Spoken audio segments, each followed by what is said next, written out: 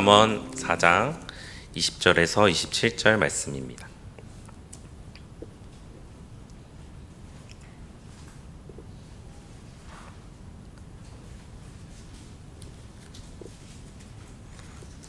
잠언 4장 20절에서 27절 말씀입니다.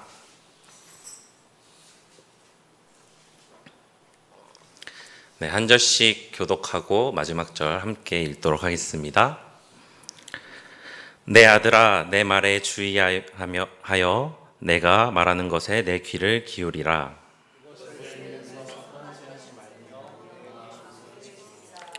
그것은 얻는 자에게 생명이 되며 그의 온 육체에 건강이 됨이니라.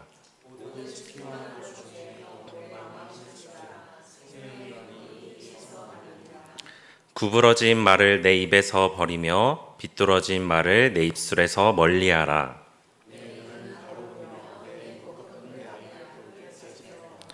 내 발이 행할 길을 평탄하게 하며 내 모든 길을 든든히 하라. 좌로나 우로나 치우치지 말고 내 발을 악에서 떠나게 하라. 아멘. 네, 영어 단어 중에 제가 발음의 자신이 없어서 PPT로 준비를 했는데 하트라는 단어가 있습니다. 네, 이 단어는 심장이라는 뜻을 가지고 있죠. 그런데 이 단어를 마음이라는 뜻으로도 사용을 할 때도 있습니다. 이는 고대 때부터 사랑이나 슬픔 또는 분노와 같은 감정을 느낄 때 심장이 아프거나 저려오는 그런 경험을 통해서 마음의 근원지가 심장으로부터 시작된다라고 생각했기 때문에 이러한 표현을 같이 쓰기도 했다고 합니다. 그런데 오늘 본문 말씀 4장 23절 말씀을 보면 마음을 다음과 같이 표현하고 있는 것을 볼 수 있습니다. 우리 함께 다 같이 읽어보도록 하겠습니다. 모든 지킬 만한 것 중에 더욱 내 마음을 지키라. 생명의 근원이 이에서 남이니라. 아멘. 고대 시대 때 마음의 근원지가 우리의 생명과 가장 밀접한 신체 기관인 심장이라고 생각했던 것처럼 마음을 생명의 근원이라고 오늘 본문 4장 23절에서 말씀하고 있습니다. 우리는 몸을 돌보고 지키기 위해서 건강한 음식을 먹기도 하고 때로는 운동을 하기도 합니다. 하지만 정작 나의 마음을 돌보고 지키는 일에는 때론 소홀할 때가 있는 것 같습니다. 그래서 뭔가 아프고 힘든데 이게 어디가 아픈 건지 모르겠는 그런 경험을 저는 때때로는 하게 되는 것 같습니다.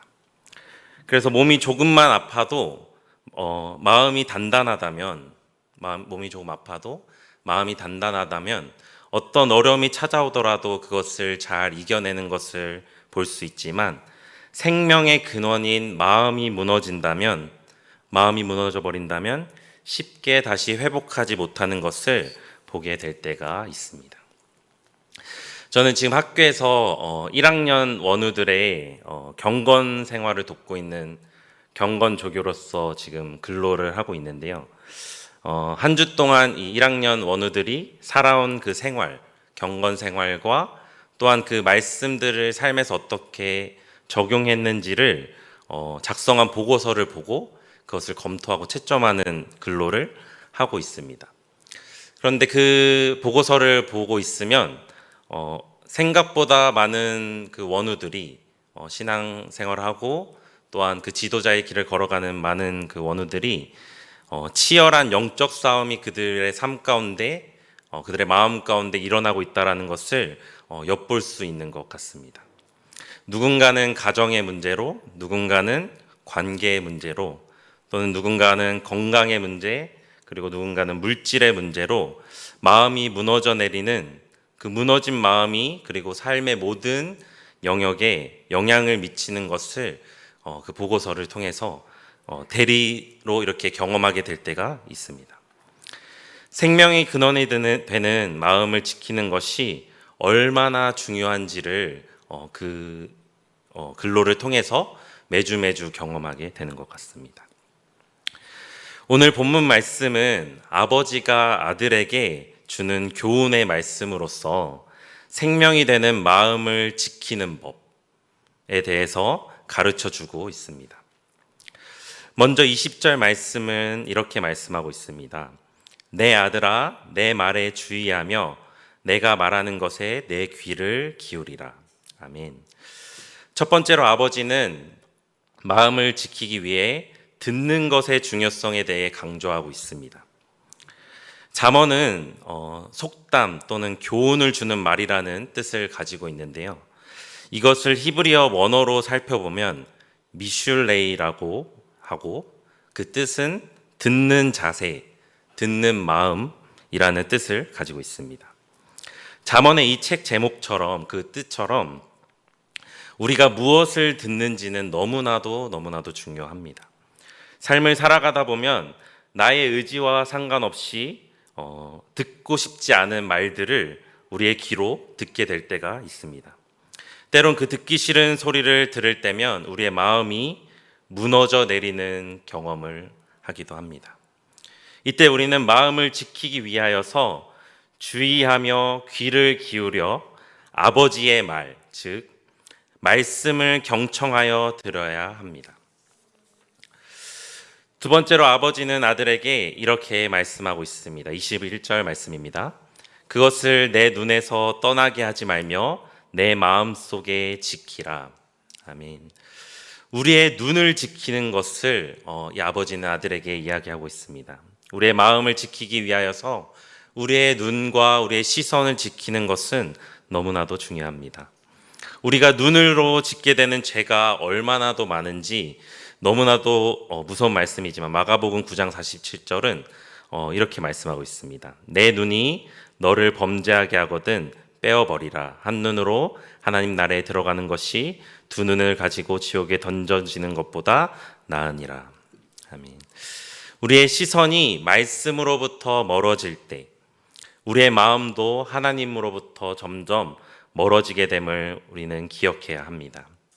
그러므로 우리는 귀로 듣고 눈으로 본 이 말씀을 마음속에 지켜야 하는 줄 믿습니다. 여기서 마음속에 지키라는 것은 말씀을 우리 마음 가운데 새기고 그것을 항상 보존하라는 의미를 가지고 있습니다. 그래서 이 말씀이 우리 가운데 있어서 우리를 넘어뜨리려고 하고 우리의 마음을 공격하려고 하는 그 공격 속에서 우리는 이 말씀으로 그 공격을 대적해야 될 줄 믿습니다. 그리고 22절 말씀은 우리가 말씀을 듣고 또한 보고 마음속에 지키는 것이 어떤 결과를 우리에게 주는지를 말씀하고 있습니다. 22절 말씀입니다. 그것은 얻는 자에게 생명이 되며 그의 온 육체의 건강이 됨이니라. 아멘. 우리가 말씀을 경청하여 듣는 것, 그리고 우리의 시선을 말씀에 두는 것, 그리고 그 말씀을 우리 마음 가운데 새기고 지키는 것이 곧 우리의 마음을 지키는 것이라고 말씀하고 있습니다. 그리고 이전에 건강했던 그 생명의 모습, 그 마음이 다쳐서 쓰러지기 이전에 그 건강한 모습으로 우리를 다시 회복시키는 방법이 바로 말씀 앞에 나아가는 것이라고 말씀하고 있습니다. 그리고 다음 24절에서 27절 말씀은 우리가 마음에서 말씀을 지키지 못하고 마음이 무너져 내렸을 때 우리에게 나타나는 육체의 현상들을 말씀하고 있습니다. 우리는 이 현상들을 주목하여서 우리의 마음과 신앙을 함께 점검해 보는 시간이 되었으면 좋겠습니다. 첫 번째로 24절 말씀입니다. 구부러진 말을 내 입에서 버리며 비뚤어진 말을 내 입술에서 멀리하라. 아멘. 우리의 말은 생각보다 우리의 마음과 직접적으로 연결이 되어 있는 것 같습니다. 그래서 우리의 말은 우리의 마음을 밖으로 보여주기도 하며 또한 이 말을 통하여서 누군가의 마음에 영향을 주기도 합니다. 우리의 말을 우리는 함께 점검해 보기 원합니다. 나의 입으로부터 나오는 이 말이 어떤 마음이 담긴 말이었는지를 돌아보고 또한 나의 말이 다른 사람에게 어떠한 영향을 미치고 있는지를 함께 점검해 보았으면 좋겠습니다. 그래서 우리의 말과 관련된 모든 거짓말, 속임수, 상처 주는 말, 균형 잡히지 않은 말들을 우리의 입으로부터 멀리하게 되는 저희들이 되기를 소망합니다. 두 번째로 25절 말씀입니다. 내 눈은 바로 보며 내 눈꺼풀은 내 앞을 곧게 살펴. 아멘. 바른 길로 나아가기 위해서는 바른 곳을 바라보는 것이 중요합니다. 만일 몸은 앞으로 가고 있는데 나의 시선은 옆을 보고 있다면, 내가 걸어가는 방향은 앞으로 걸어가고 있지만 시선이 옆으로 향해 있다면 내가 걸어가는 방향 속에 어떤 위험과 어떤 장애물이 있는지를 우리는 알지 못하고 가는 것과 같습니다. 우리의 시선이 지금 어디를 향해 있는지를 점검해 보았으면 좋겠습니다. 우리를 바른 길로 나아가지 못하도록 우리의 시선을 빼앗는 것들이 우리에게 무엇이 있는지를 돌아보았으면 좋겠습니다. 마지막으로 26절과 27절 말씀입니다. 내 발이 행할 길을 평탄하게 하며 내 모든 길을 든든히 하라. 좌로나 우로나 치우치지 말고 내 발을 악에서 떠나게 하라. 아멘. 발이 행할 길을 평탄하게 한다는 것은 바른 길로 가는 것을 가로막는 장애물을 제거함으로 하나님의 뜻에 합당한 길을 가야 함을 의미하고 있습니다. 우리는 살아가면서 우리 앞에 많은 장애물들을 만나게 됩니다.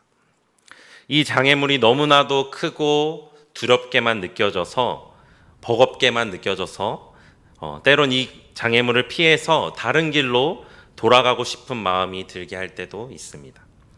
하지만 내가 가는 길이 정말 바른 길이라면, 옳은 길이라면 이 장애물을 피해서 다른 길로 돌아가는 것이 아니라 이 앞에 있는 장애물을 제거하고 앞으로 전진해 나아가야 합니다.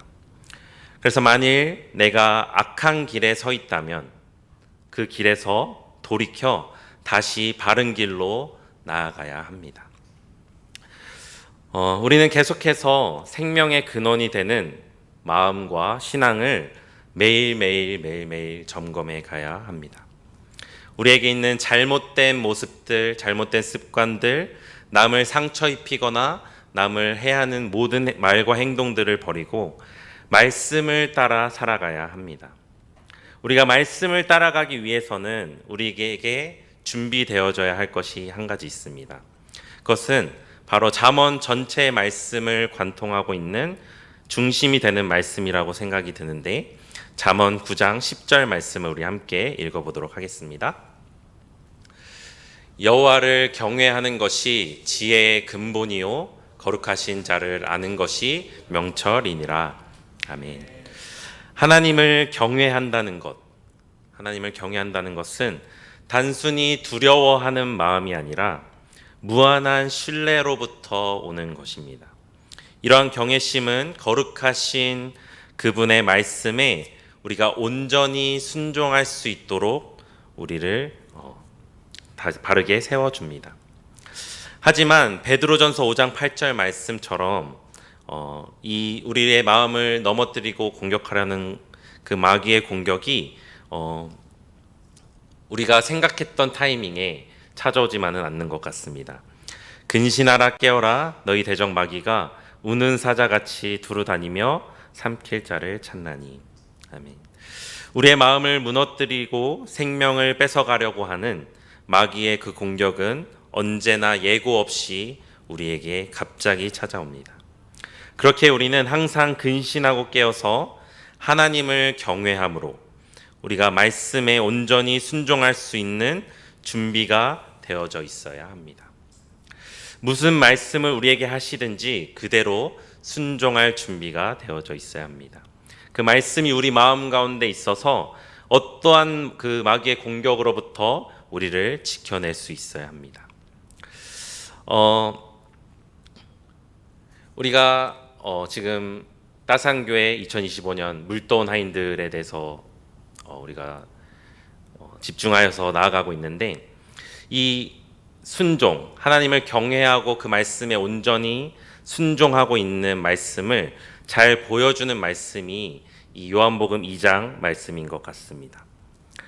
요한복음 2장에서는 결혼식이 끝나기도 전에 포도주가 떨어지는 이런 일이 벌어졌습니다. 그래서 갈릴리 가나에서 결혼식이 한창 이루어지고 있는 순간에 이 포도주가 떨어졌다라는 것은 굉장히 그 결혼식이 있어서 큰 일입니다. 아마 결혼식을 주최한 그 신랑은 하객들의 수를 어느 정도 예상하고 넉넉하게 포도주를 준비했을 것입니다. 하지만 어떤 이유인지는 알 수 없지만 그 포도주가 떨어졌다는 마음이 무너져 내릴 법한 소식을 접하게 됩니다. 포도주가 떨어졌다는 것은 단순히 마실 음료가 떨어졌으니 이제 다른 음료로 대체하면 되는 정도의 문제가 아니었습니다. 당시의 그 시대적 배경을 볼 때 혼인잔치는 가장 중요한 행사 중 하나였고, 가족과 주변 이웃 그리고 공동체가 모두 참여하는 큰 잔치 중에 하나였습니다. 신랑과 그 가족들은 초대받은 손님들에게 충분한 음식과 음료를 제공할 책임이 있었습니다. 또한 당시 포도주는 기쁨과 축복을 상징하는 것으로서 포도주가 떨어졌다는 것은 기쁨과 축복이 넘쳐나야 될 이 결혼식에서 더 이상 기쁨과 축복이 사라져 버렸다는 것을 의미하고 있었습니다. 여러분들이라면 이 곤란한 상황에서 어떻게 대처하시겠습니까? 아마 제게 이런 상황이 펼쳐졌다면 앞서 나눴던 그 무너져버린 마음을 가진 그 자의 모습이 저에게 나타나지 않을까 싶습니다. 섣불리 말하고 눈은 어떻게든 해결 방법을 찾기 위해 두리번거리고 발은 동동 구르며 지금까지 세상적으로 경험했던 이런저런 해결 방법을 아마 찾아보았을 것 같습니다. 하지만 예수의 어머니는 이 문제를 예수님께로 가지고 나아갔습니다. 우리가 말씀을 온전히 따른다는 것, 우리가 말씀을 온전히 지키기 위해서 가장 먼저 해야 할 것은 우리 안에 있는 문제를 있는 그대로 주님께 가지고 나아가는 것입니다. 이것은 하나님에 대한 신뢰가 없이는 불가능합니다. 예수의 어머니의 요청에 대한 예수님의 답변은 이러했습니다. 여자여, 나와 무슨 상관이 있나이까? 내 때가 아직 이르지 아니하였나이다. 아멘. 이 말씀은 언뜻 보면 그 예수님의 어머니의 요청에 예수님이 거절을 하시는 것처럼 보일 수 있지만 우리는 그 뒤의 말씀을 주목해 보아야 합니다. 내 때가 아직 이르지 아니하였나이다. 예수님은 예수님의 그때에 예수님의 방법으로 역사하시는 줄 믿습니다. 이에 예수님의 어머니는 하인들에게 이렇게 명령합니다. 너에게 무슨 말씀을 하시든지 그대로 하라 하니라. 하나님 말씀을 우리가 온전히 따르고 지키기 위해서는 그 중에 중요한 실천 중 하나는 때를 기다리는 것과 무슨 말씀을 하시든지 그대로 순종하는 것입니다.